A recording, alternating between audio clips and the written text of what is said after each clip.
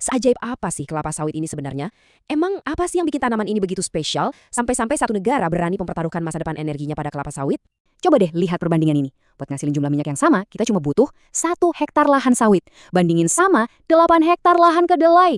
Gila kan? Efisiensinya itu luar biasa. Tapi, ya itu dia, efisiensi yang luar biasa ini punya sisi gelapnya. Perubahan dari hutan ke kebun ini, yaitu dia, melepaskan karbon dalam jumlah masif, dan ia menghancurkan keanekaragaman hayati kita.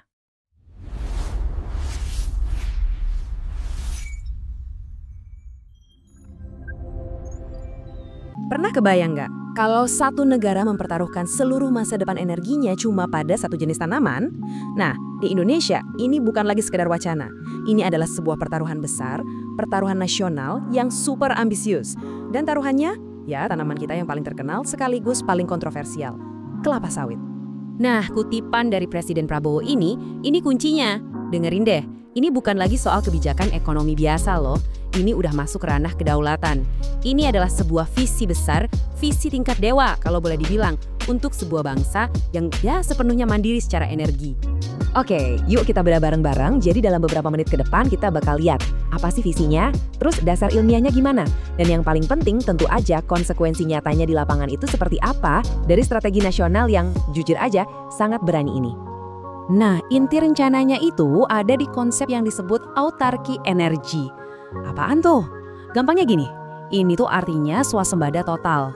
Jadi tujuannya adalah supaya Indonesia nggak lagi goyah sama pasar energi global yang naik turun atau ketegangan geopolitik di luar sana. Intinya sih, ini upaya kita untuk pegang kendali penuh atas nasib energi kita sendiri. Kunci dari semua strategi ini, narasi. Pemerintah tuh secara aktif banget membingkai ulang kelapa sawit sebagai tanaman ajaib bangsa. Tapi, hey, ini bukan cuma slogan kosong ya. Ini adalah sebuah langkah politik yang udah diperhitungkan matang-matang buat meredam kritik global dan ya dapetin dukungan di dalam negeri. Tapi kan jadi pertanyaan kita semua ya, dari sudut pandang ilmiah murni, seajaib apa sih kelapa sawit ini sebenarnya? Emang apa sih yang bikin tanaman ini begitu spesial sampai-sampai satu negara berani mempertaruhkan masa depan energinya pada kelapa sawit? Nah, disinilah klaim ajaib itu dapat pembenarannya. Coba deh lihat perbandingan ini. Buat ngasilin jumlah minyak yang sama, kita cuma butuh 1 hektar lahan sawit. Bandingin sama 8 hektar lahan kedelai. Gila kan? Efisiensinya itu luar biasa. Jadi, kalau kita lihat dari sisi agronomi, klaim ini emang punya dasar yang kuat banget. Tapi, ya itu dia, efisiensi yang luar biasa ini punya sisi gelapnya. Ibarat dua sisi mata uang, ekspansi perkebunan sawit itu datang dengan biaya ekologis yang sangat mahal. Ini dia sisi lain dari keajaiban tadi. Dan gambar ini nunjukin inti masalahnya dengan jelas banget. Di satu sisi kita punya hutan, kaya kehidupan, kaya karbon. Di sisi lainnya, perkebunan monokultur. Perubahan dari hutan ke kebun ini, yaitu dia, melepaskan karbon dalam jumlah masif, dan ia menghancurkan keanekaragaman hayati kita. Para ilmuwan punya istilah buat ini, utang karbon. Anggap aja gini deh, pas kita tebang hutan, kita itu kayak ngelepasin bom karbon ke atmosfer. Nah, kebun sawit yang baru ditanam itu butuh puluhan bahkan ratusan tahun buat nyicil atau bayar kembali utang karbon itu. Inilah yang bikin klaim kalau biodiesel sawit itu otomatis ramah lingkungan, jadi ya debatable. Oke, tadi kita udah lihat visi besarnya sama dilema lingkungannya kan? Nah, sekarang kita turun level sedikit ke urusan teknis.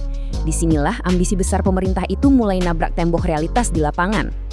Dan tabrakan itu beneran kejadian. Pemerintah akhirnya terpaksa nunda rencana ambisius mereka buat B50 itu loh, campuran biodiesel 50%, dan akhirnya milih buat bertahan di B40 aja, campuran 40%. Kenapa coba? Jawabannya, karena ada masalah teknis yang signifikan.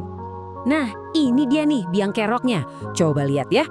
Campuran biodiesel yang ketinggian itu bisa bikin mesin jadi lebih boros, terus filter sama injektornya gampang mampet. Dan yang paling parah, bisa bikin garansi alat-alat berat yang harganya miliaran itu hangus. Wah, ini sih resiko nyata banget buat industri. Terus, solusinya apa dong? Nah, ini dia, teknologi masa depan yang namanya HVO atau Green Diesel. Bayangin aja kita bisa bikin bahan bakar dari sawit, tapi secara kimia itu plek-ketiplek sama solar fosil. Bisa langsung cegluk masuk ke mesin apapun tanpa modifikasi sama sekali. Inilah jalan sesungguhnya menuju bahan bakar 100% sawit. Oke, dari urusan mesin sekarang kita geser ke isu yang lebih dekat sama kita semua. Dampaknya ke masyarakat, ke harga kebutuhan pokok. Nah, disinilah kebijakan tingkat tinggi ini mulai berasa langsung di dompet dan dapur kita sehari-hari. Demi ngamanin bahan baku buat ambisi bioenerginya, pemerintah ngambil langkah yang cukup kontroversial. Mereka melarang ekspor minyak jelantah. Logikanya sih sebenarnya sederhana. Ngapain diekspor kalau di dalam negeri bisa diolah jadi bahan bakar yang lebih mahal, kayak bahan bakar pesawat ramah lingkungan gitu? Cuma, ya gitu, kebijakan yang di atas kertas kedengaran logis ini ternyata nyiptain efek domino di masyarakat. Para pengumpul jelantah kecil jadi kehilangan pemasukan. Dan yang lebih bahaya lagi, muncul resiko minyak jelantah ini dicuci secara ilegal, terus dijual lagi sebagai minyak goreng di pasar. Wah, ini udah jadi masalah kesehatan publik yang serius banget. Dan ini dia angkanya, Rp15.700. Ini adalah harga eceran tertinggi alias harga patokan atas yang ditetapin pemerintah buat minyak goreng rakyat, si minyak kita. Kenapa harus dipatok? Ya karena logikanya, kalau makin banyak sawit lari ke tangki bahan bakar, pasokan buat minyak goreng kan jadi berkurang, harganya bisa meroket. Nah, angka ini adalah rem darurat dari pemerintah buat meredam dilema pangan versus bahan bakar ini. Oke, jadi setelah kita lihat semua sisinya ya, mulai dari visi kedaulatannya, sisi ilmiahnya, masalah lingkungannya, sampai dampaknya ke masyarakat, sekarang kita bisa lihat gambaran besarnya. Ini benar-benar pertaruhan tingkat tinggi. Nah, ini rangkumannya. Di satu sisi ada janji manis soal kedaulatan energi, hemat devisa gede-gedean dan harga BBM yang stabil di dalam negeri. Menggiurkan kan? Tapi di sisi lain ada tumpukan risiko yang berat, kerusakan lingkungan, hambatan teknis yang nyata, dan ancaman harga pangan yang bisa naik.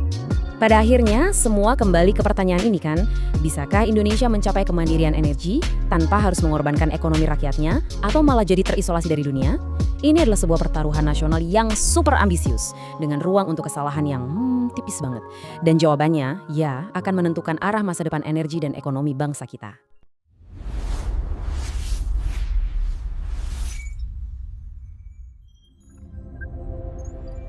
Pastikan kalian semua subscribe ke Ringkas Viral untuk konten terbaik. Awas, licin! Aduh!